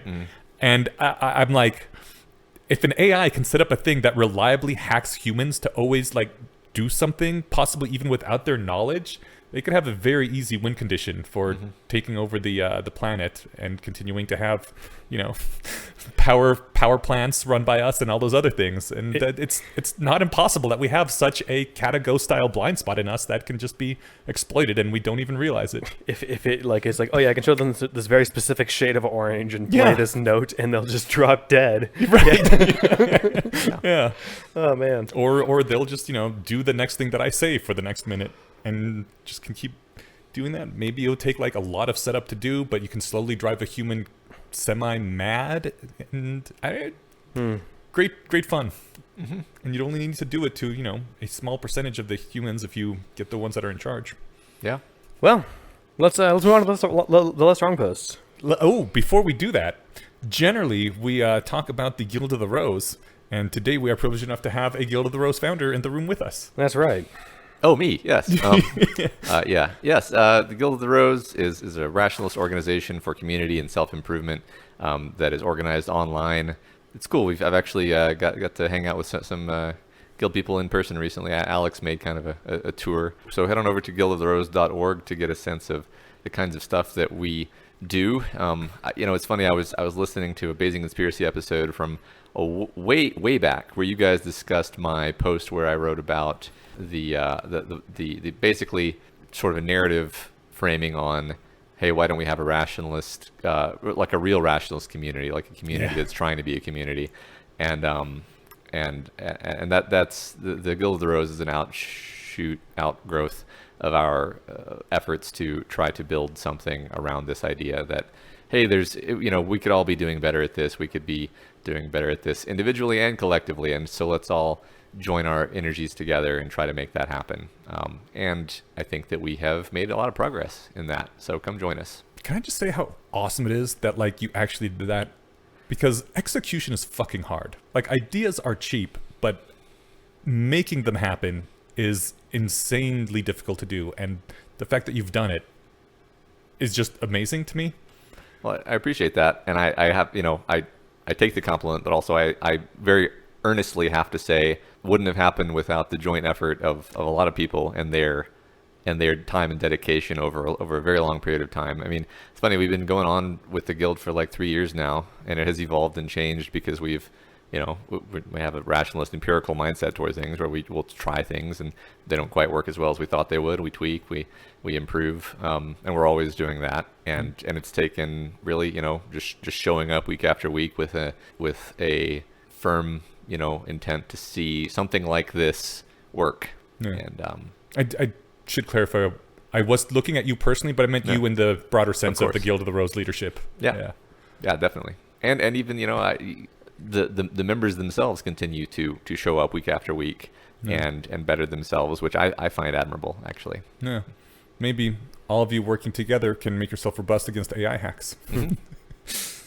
We'll do that. It is our only hope. Yeah. But yeah, Guild of the Rose, we talk about them every episode. They help you get better at rationality. They do what we do in a systematized way. Yes. The goal of this podcast was always to, have fun, and as a consequence, hopefully raise the sanity waterline a little bit, right? Mm-hmm. Their goals are inverse. So like we're gonna make people smarter and better, and we're gonna have fun doing it. Damn it! Yeah. Is that a fair way of putting it? Yeah, definitely. And just seconding the sentiment that actually committing to do stuff again to you and Alex and David and who am I leaving out here? Errol and Raven. Errol was the name I couldn't remember. That's right. Raven and the council. It's more and more. I noticed this years ago, which probably is years later than most people, but everyone just gives up at like the idea of like, that sounds too hard, right? Mm-hmm. And so actually doing stuff is tough. And you guys came together to do something that none of you guys could do individually. It's like a group of superheroes. Yeah. I've thought about writing like a thing about things I've learned over the last 3 years, because everyone says, well, I couldn't have done it by myself. I have to thank the team, but it's like, no, really, like a thing like this requires a lot of different perspectives, and I have definitely had to admit that I'm wrong many times, because you think this is how we're gonna do it, and it's like, no, that didn't work. You have to be willing to pivot. So anyway, yeah. Guildoftherose.org. And I would absolutely read that if you write it up. Cool. Yeah. All right, on to our weekly reading of the Less Wrong posts. The two posts we have today, the first of the two posts we have today is Feel the Meaning, where we find out that humans are telepathic. I like this. This links back to the previous post about a previous post that the magic cool stuff we can do just seems boring because everyone can do it. It doesn't seem like it's magic. Yeah. But yeah, me being able to have a thought in my mind and put it partly into your mind that sounds like magic if you didn't know what that was, right? Yeah. Goes through the whole process of like translating it into meat movements and then sound vibrations through the air and I have no idea if any of that works, right? And I don't need to know any of that works. Yeah. And that somebody can listen to this conversation that we're having amongst ourselves later and be like, well, I disagreed with you about that thing, and then us know what they're talking about in this very high dimensional concept space of things. Be like, that. Mm-hmm. It's amazing. Yeah. It's really cool. It is the reason we've taken over this planet. Yeah. Take that, monkeys. He talks about humans transferring thoughts to each other and points out that you wouldn't want any extra steps when your auditory cortex recognizes the symbols tiger and when the tiger concept gets activated in your brain, because that could kill you. And he brings us back to the network we've been talking about for the last 2 episodes of related concepts that all point to Bleg in the center. And if you see enough of those, the Bleg lights up and you're like, oh yeah, that's a Bleg thing. He says, the central unit, the Bleg concept, gets activated almost as soon as you hear Susan, the senior sorter, say Bleg. That's what the algorithm feels like from the inside. That label, the concept, it's nearly identical. The meaning feels like an intrinsic property of the word itself. It feels like a word has a meaning as a property of the word, just like how redness is a property of a red apple. It's like just the word bleg means bleg in your head, right? Yeah. It is an actual thing. Yeah. As opposed to just noises. Yeah. Yeah. As opposed to like, this is a number of related concepts that relate to an object that all get lit up that I should think about. Right, on two different levels. Yeah. On one, it's just here's a set of syllables that we've decided will indicate this class of thing to you, right? Mm-hmm. Tiger, bleg, car, whatever. Mm-hmm. And then the other is this category lighting up when you get, the sufficient number of data points. Yeah. Yeah. He says the way you can think about this, what he's trying to say is that the brain will not distinguish at all between the word and the meaning, only bothering to separate the two while learning a new language, maybe. And even then, you'll see Susan pointing to a blue egg-shaped thing and saying bleg, and you'll think, I wonder what bleg means, and not, I wonder what mental category Susan associates with the auditory label bleg. Seems right to me, yes? I mean, that's definitely how I do it. Yeah. You know? It's reassuring to see that's how Yudkowsky does it, and people seem to agree with him. That's how I perceive myself to be doing it. I do wonder if that's how I'm actually doing it, if you know what I mean. Like, how accurate is our introspection when it comes to these things? I don't know. But no, I basically, I agree. That's pretty much... I do have to say, these two posts we're doing this week were two of the ones that I distinctly remember being like, holy shit, oh my God. And like just...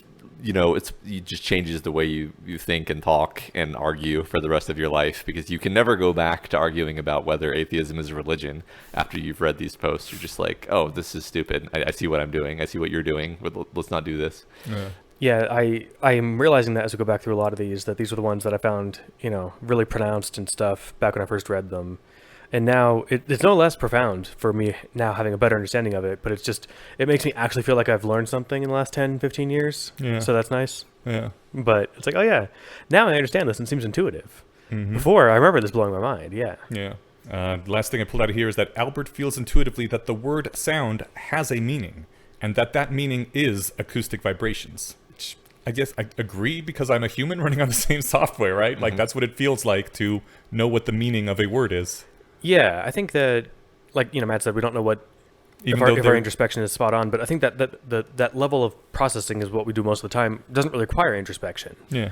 If you say, well, you turn on the TV, I don't look around the room for what it is you could possibly be talking about, right? Even if there's another screen in the room, like the laptop screen. And like, he probably means the one on the wall. And right? Even though empirically that it's sound vibrations hitting your eardrums, it is somebody else trying to put a concept that they're thinking of draw your attention to it, right? Like, even though all those things are true, it's just like someone says TV and you're like, oh yeah, the TV over there. Yeah. Tiger, I've never had someone have to warn me about a tiger before, so like that example only works in the abstract, but like what really grabs my attention with lightning level of attention is if I'm driving and the passenger says, watch out. Yeah. Then you're like, okay, I don't think, well, hold on, they just made, acoustic vibrations that are trying to get my attention directing in some, like none of that happens. I'm immediately, what are they looking at? We're going 50 miles an hour. I need to know right now, right? Mm-hmm. Going way faster than my meat suit is built to go. We need to be very, very acutely aware quickly without doing any of this background thinking about if they say, pedestrian or whatever, person is probably what they'd say because it's fewer syllables, right? Mm-hmm. Like that's just, I don't sit there and think about what they could possibly be trying to communicate to me, right? I see where they gesture and I'm swerve. So one thing, I don't know if this is, I think this is actually quite relevant.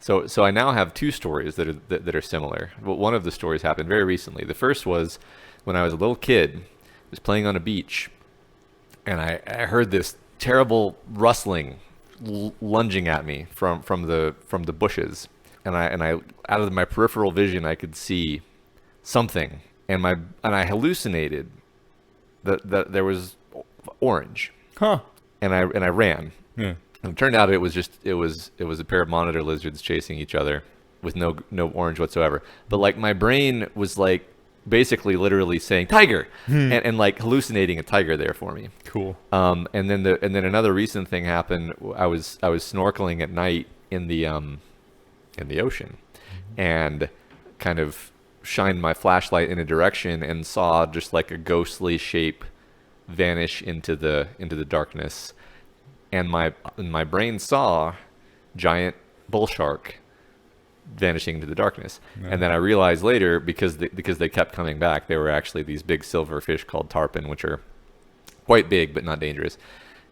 Both of these instances are things which are funnily similar to the post, where I literally hallucinated a scarier thing than what it actually was, because it was like a top-down thing where it was like, if it's the really scary thing, you're going to really want to know that so that you can run.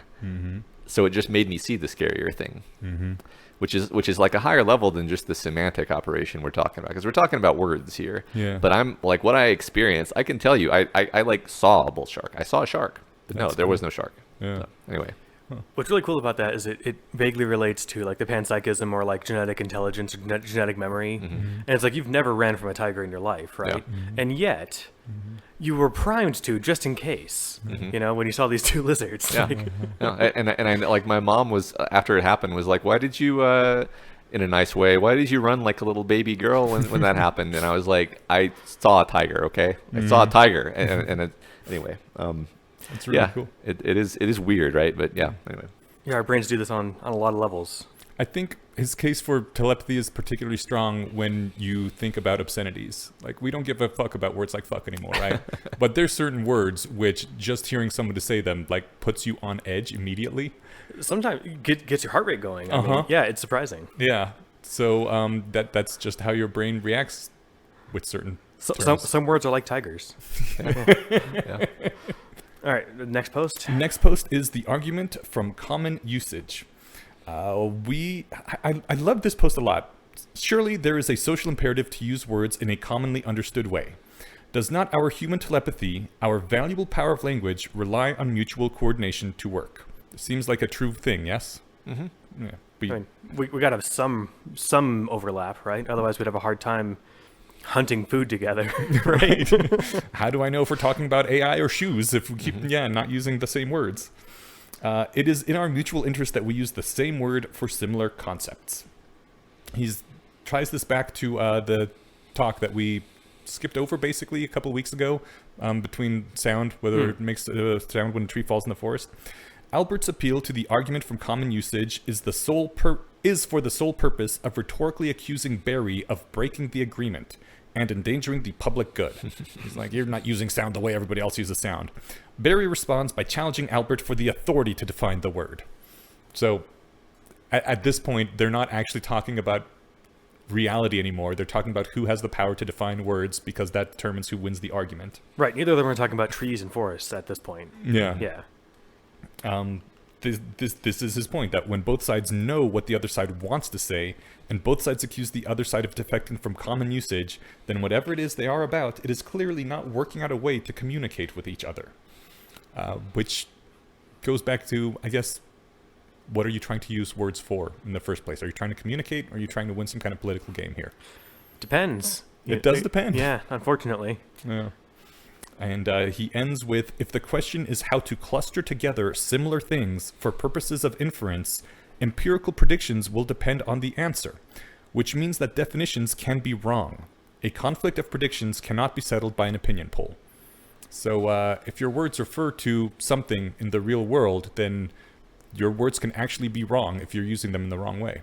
What's cool about doing rationality as a community rather than just like as an isolated practice is like you had said, we'll never go back to arguing about whether atheism is a religion or not, right? And hopefully the goal is like that a rationalist community will never burn days or hours or weeks or months arguing about the definition of a word that's really important, like while we're trying to figure out something, right? It's like, oh, we can actually just skip the whole thing. That might actually just like schism a continent. Yeah. Right. Yeah. Well, it's categories aren't real, and like that's it. That's the end of the actual like seeming debate.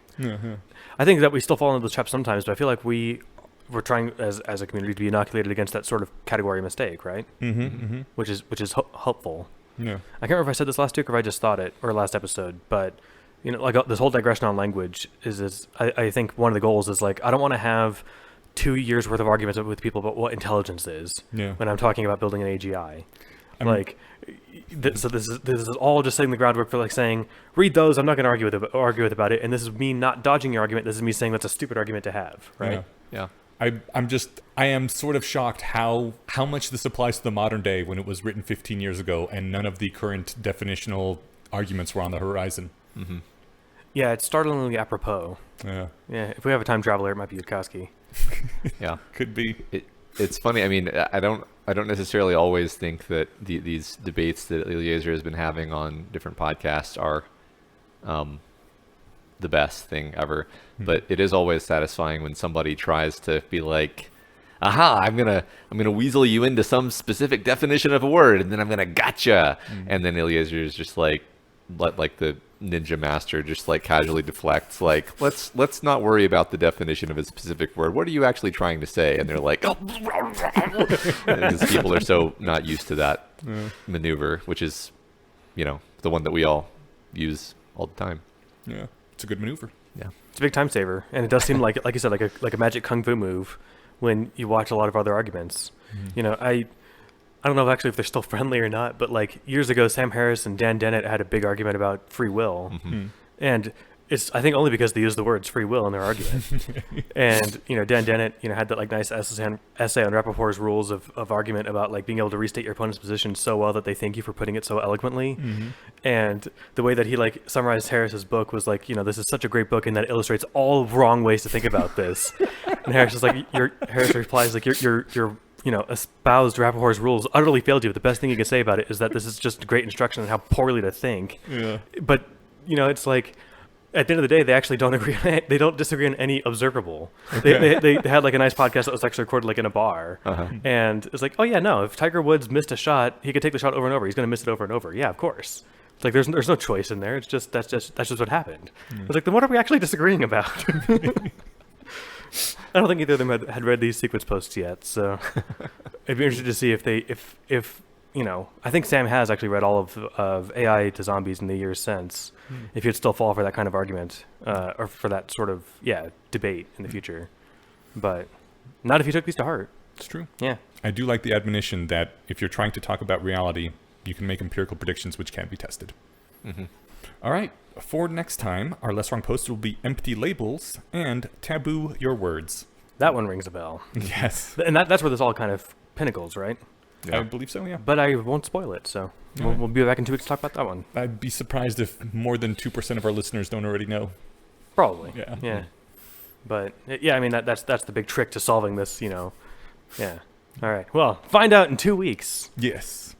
Anything else before I hit stop? Yeah, we got to thank our glorious benefactor for this episode. Right. Yes, we do. This week, we would like to thank Dan... Oh, God. Ubelli?